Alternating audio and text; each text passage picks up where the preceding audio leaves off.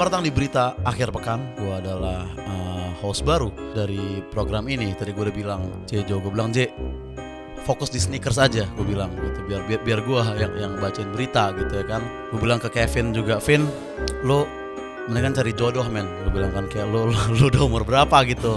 Maksudnya agak kasihan juga nama akun lo Kevin the People, tapi gak ada people untuk lo deketin kan kayaknya. Aduh men, ironis bener gitu. Jadi gue sekarang ya kan, Oza Rangkuti, yang akan memandu kalian penonton-penonton USS Fit untuk melihat berita apa saja yang terjadi selama pekan ini, dan akan kita kulas bersama. Udah ada laptop juga di depan gue untuk bisa gue baca-baca juga apa yang terjadi, karena kan kadang kan gak hanya beritanya aja yang penting, tapi juga komentar-komentar dari netizen-netizen. Nah, langsung saja, tidak perlu berlama-lama lagi seperti ini ya, kita langsung saja masuk ke berita pertama, yaitu ada seorang idola gue yang tertangkap narkoba sebenarnya. Bukan Freddy Budiman, itu mah udah lama maksud gue gitu. Lo jangan ketukar-tukar sama kasus lain gitu ya. Maksud gue Ardhito Pramono gitu. Maksudnya ini sebenarnya agak jurang buat kita bahas ya, teman-teman USS gitu. Kalau maksudnya gue mau ngecengin kasihan gitu, gue mau belain ntar dikira make gitu, kayak serba salah. Sebetulnya serba salah gitu loh. Kita mau di mana gitu. Dan orang tuh banyak DM gue kayak, "Bang, masa lu nggak bahas gitu? Bang, cengin dong loh. Kita disuruh ngatain orang ketangkep gitu." Maksudnya gue mikir kayak, men, gue nggak sekasar itu. Maksudnya ini orang ketangkep gitu, siapa yang tega untuk ngatain orang yang baru ketangkep tuh siapa gitu. Ternyata Muslim nge-tweet, brengsek juga memang. Jadi ada orang-orang seperti itu gitu ya. Tapi masalahnya gini loh, maksudnya ya aduh, narkoba gitu, ganja gitu ya, kayak menurut gue dia ya itu kan sebenarnya ngakitin diri sendiri aja. Maksudnya bahkan bukan maksudnya kalau kita mau jadi SJW itu hanya ngerugin dia gitu. Kecuali Ardhito misalkan datang ke SMP nyelipin ganja di bihun kantin, itu baru kita akan cengin gitu. Nah, narkoba tuh gue selalu kayak bingung untuk ngehina, kayak mungkin itu kayak bukan penjahat gitu loh. Mungkin kalau Ardhito ngelakuin sexual offenders gitu, gue pasti akan cengin juga gitu. Atau misalkan Ardhito misalnya mukulin bocah gitu, atau misalkan memperkosa 13 santriwati misalnya, tapi itu kan gak mungkin terjadi di sini kan, pasti gak ada manusia sekejam itu gitu. Nah, kalau Ardhito begitu, gue pasti udah akan ngebahas sebelum lu pada request gitu. Tapi dia hanya ngeganja dan dia tangkap, jadi gue gak merasakan yang DM kayak, "Bang, pasti lu seneng banget ya men, lu otak lu tuh di mana sih bro? Kenapa kita harus seneng dengan orang lain tertangkap gitu?" Nah, yang gue sebel sebenarnya ini sih, sama seperti Coki kemarin ya. Maksudnya kayak ketangkap aja, tapi kenapa tiba-tiba kayak urusan pribadi mereka itu diumbar juga gitu. Itu kan sebenarnya bukan posisi. Ya sebenarnya terserah sih hukum negara mau ngapain. Sebenarnya gue setuju aja. Itu pertama yang harus sampai ya. Tapi maksudnya kasihan gitu. Maksudnya kalaupun misalkan Pamungkas ternyata udah punya istri 8 di luar sana, juga sebenarnya bukan hak kita untuk tahu selama dia nggak mau ngasih tahu gitu kan. Kayak ya menurut gue agak nggak fair aja yang terjadi dengan Ardhito ini. Sorry untuk netizen yang DM gue, mungkin nggak nyangka bahwa respon gue akan begini. Cuman ya kasus dia ketangkap ganja aja gitu. Dan gue ngebela juga bukan karena gue make. Silakan tes urin gue boleh. Gue bersih, sumpah gue bersih banget gue sekarang gitu ya. Terakhir tuh udah lama banget gue, zaman awal Januari lah gue make. Gak SMP SMA semua orang pernah nyoba lah pasti cimengnya kan. Udah jujur aja teman-teman USS, karena pasti kan kita nyoba semuanya sampai kita pilih satu gitu. Gue waktu itu milih alkohol, kayak oke, gue minum aja nih. Jadi seks dan narkoba dan judi tuh gue eliminasi, gue stay di minum gitu aja. Jadi itu ya menurut gue tentang Ardhito gitu. Nah, tapi menarik adalah respon netizen. Memang sebenarnya gitu, berita itu kadang-kadang tuh beritanya biasa aja gitu, tapi respon netizen yang luar biasa. Karena tentu responnya pro kontra ya. Di Ardhito nih mungkin cenderung banyak pronya kalau gue bilang. Kalau kayak di Coki tuh kayak banyakan kontranya. Nah, tapi di Ardhito ini masih banyak yang belain, masih banyak yang kasihan gitu. Nah, ada satu cewek, dia bilang kalau dia nggak kaget bahwa Ardhito tuh make karena dia ngelihat di YouTube, apalah dia bilang gitu. Gua lupa juga awalnya, tapi akhirnya dia bilang gini nih, dia nggak punya someone to share apa yang dia rasain sebelum jumpa pacarnya kemarin itu. Kevin the People juga sama maksud gua, tapi dia nggak make gitu kan. Maksudnya harusnya lu juga ya, kenapa nggak pas Coki lu nge-tweet begini juga nih, at Georgius Paus ya, Paus yang cantik gitu. Karena kan Paus cantik sih ya. Ini Paus yang binatang konteks kita ya, jangan ke paus-paus yang lain kalian loh. Tolong, gue ngerti apa yang di otak lo, jangan giring-giring gue kesana lagi. Gue udah tobat netizen. Dia nggak punya someone to share apa yang dia rasain sebelum jumpa pacarnya kemarin itu. Gak tahu sih sekarang masih atau enggak. Suicide alkoholik dia akrab banget. Ardhito gambaran aku saat 2020 akhir sampai detik ini. Berarti si perempuan berhijab ini juga ngeklaim dia antara kesepian juga atau enggak dia suicidal juga gitu. Nah dia bilang kalau dia ke hal-hal itu termasuk narkoboy, aku lari ke self injury dan makan seblak di Multatuli level 4 sampai 5. Sampai rumah perut penuh gas, boker nggak bisa, lemes, capek, tidur hanya untuk ngilangkan pikiran dari segala macam permasalahan duniawi yang nggak selesai-selesai dan nggak punya siapa-siapa buat story. Nah jadi ya kita hidup di zaman bahwa seblak adalah self harm sekarang ya teman-teman. Jadi kayak mungkin besok-besok lu beli ayam geprek gitu, lu mesen kayak mas ayam geprek 1 gitu. Level berapa bang gitu kan sambelnya, level 5 gitu. Mungkin abangnya akan bilang abang ada masalah apa bang? Bisa cerita ke kita kalau mau. Mungkin begitu. Kayak lu beli gorengan kayak mas beli gorengannya tempe 2 tahu 4 gitu bang. Rawitnya yang banyak ya. Abang broken home gitu. Mungkin akan gitu kata abang karena pedes sekarang self harm.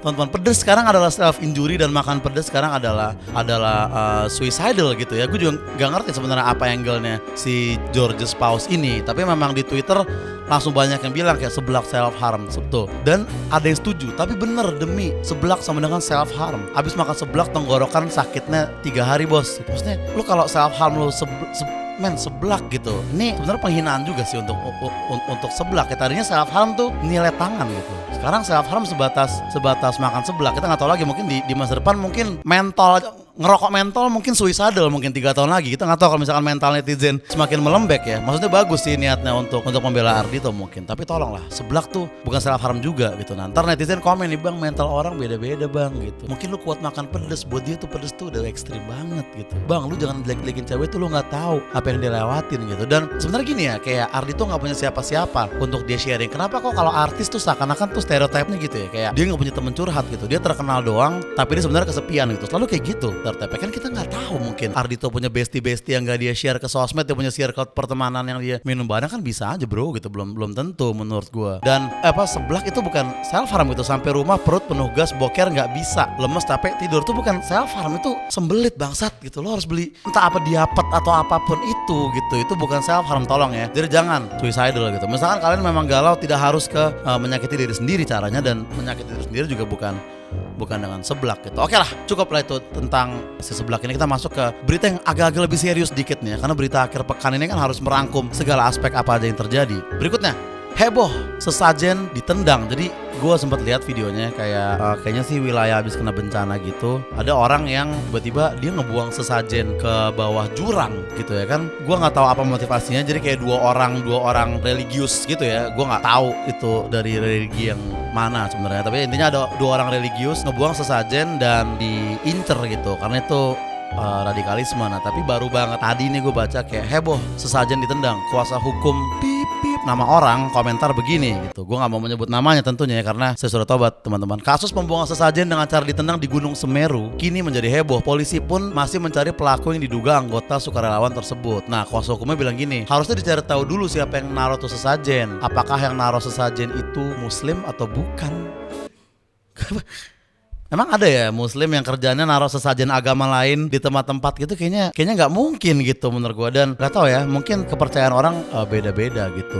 Gue hanya mungkin orang-orang ini mungkin mereka bertemu dengan guru ngaji yang salah gitu waktu kecil ya. Karena kan kita diajarkan harusnya untuk tidak disrespecting atau tidak menyerang kepercayaan orang lain. Dan gue juga nggak tahu dia ketangkap atau enggak. Walaupun ya mungkin orang akan nggak setuju ya. Mungkin masih banyak yang lebih parah dibandingin ngebuang sesajen sebenarnya gitu kan. Tentang hal-hal yang seperti ini agak sulit juga ternyata ya teman-teman untuk membicarakan ini dengan batas-batas itu. Tapi maksud gue gini, janganlah buang sesajen sembarangan dan ya biarin aja gitu. Kalau itu kepercayaan kalian ya stay aja, dan kepercayaan itu nggak perlu menyerang kepercayaan dari agama lain, dari orang-orang ini. Kita nggak tahu dia mungkin lagi hunting sesajen di tempat lain gitu ya. Mungkin sesajen Canggu bisa dicoba mas gitu bersama teman-temannya, karena kan mungkin setelah misalnya mereka buang sesajen di Gunung Semeru gitu karena itu maksiat atau apa gitu, terus pas mereka datang ke Canggu, Pak ternyata sesajen masih mending gitu. Mungkin mereka akan mikir gitu, karena banyak yang lebih parah di situ gitu kan. Mungkin menurut mereka ya, kalau menurut gue sih tentunya tidak gitu. Tolong semoga ini tidak terjadi lagi. Nah berikutnya ini yang menarik, Komeng dan Gen Z trending di Twitter.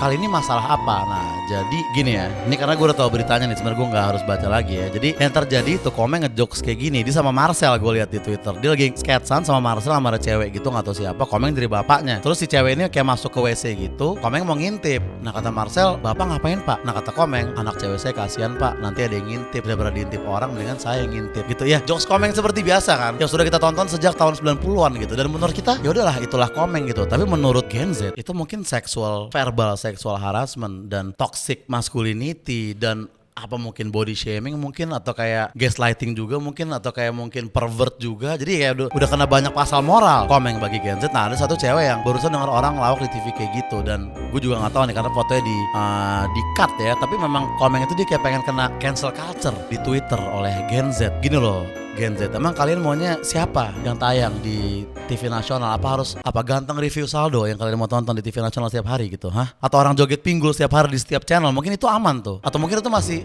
verbal dancing abusement atau apa menurut lu gitu? Karena Komeng selama ini kita nonton dari zaman gue bocah nggak ada masalah apa-apaan sumpah. Tiba-tiba setelah ada Gen Z di TikTok, Komeng sekarang kena cancel culture. Gue yakin juga mungkin Komeng tidak peduli gitu ya. Tapi kan kayak biasanya gini biasanya misalnya ada komedian yang menyinggung, bro, kenapa sih harus kasar kayak gitu? Bisa nggak sih bikin komedi-komedi yang aman aja kayak Komeng gitu, atau komedi-komedi yang aman aja kayak Andre dan Sule gitu. Nah ini kayak Komeng udah menyinggung sekarang. Jadi lu bisa, Meng, kok menyinggung banget sih? Masa bisa gak sih bikin komedi yang aman aja kayak orang yang khotbah soal Jumat di dekat rumah gue? Mas begitu? Memang apa sih ingin kalian lihat di TV dan di sketsa gitu? Marcel mah harus main sama siapa di adegan itu gitu? Itu bener gue kayak ya biasa aja gitu. I'm done kok captionnya. Barusan dengan orang lawak di TV bilang anak cewek saya kasihan pak, nanti ada yang intip, daripada diintip orang mending saya ingin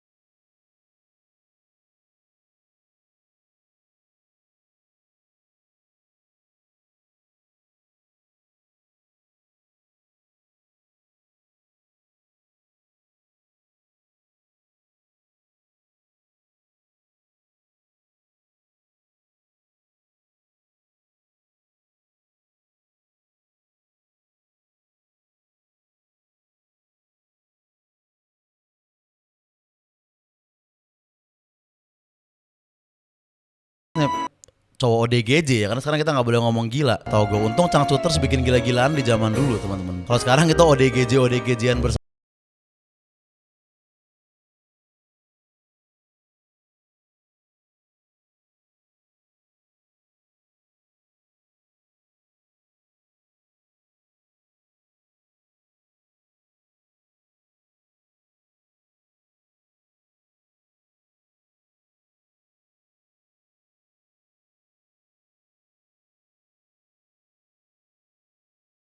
Kayaknya grup banneran harus ganti nama akun mungkin besok-besok ya, karena nama akun kalian mulai ditiru-tiru oleh predator ini nih, Ray for your life. Hal yang membuatnya sangat kesal, pelaku adalah teman SMP-nya.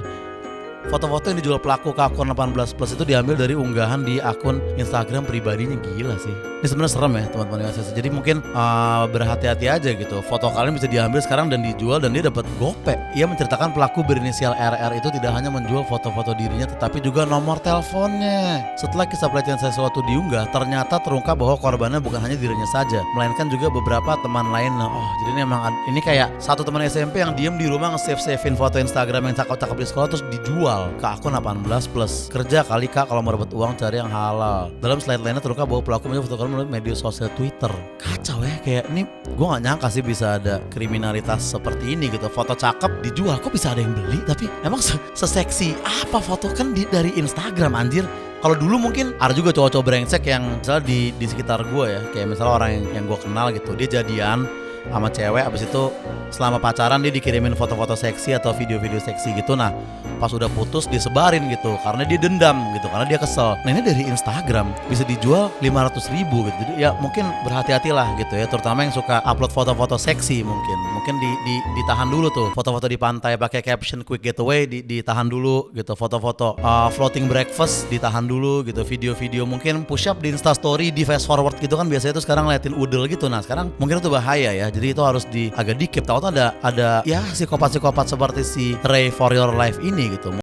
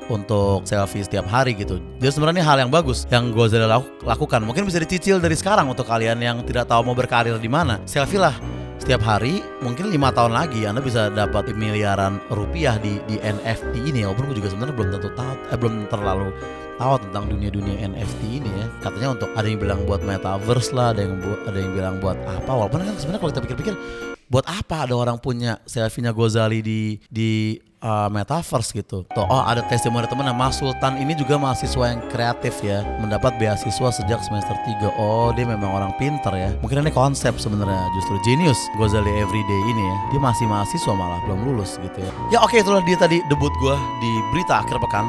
Semoga bisa membahas berita semenyeluruh Kevin dan Jejo, dan semoga bisa menggantikan posisi mereka di hati kalian ya, para penonton USS Fit. Dan sama seperti berita akhir pekan kemarin, akan kita akhiri dengan weekly recommendation. Apa ya weekly recommendation gua? Grup band aja dulu deh, grup band ya.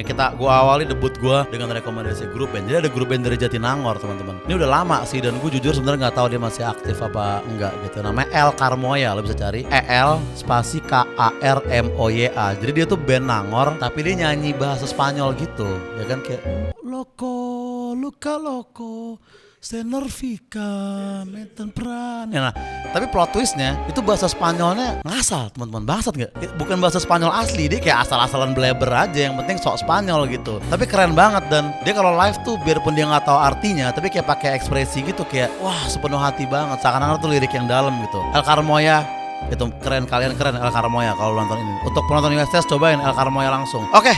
Demikian berita akhir pekan dari gue, Ozan Angkuti. Thank you semuanya.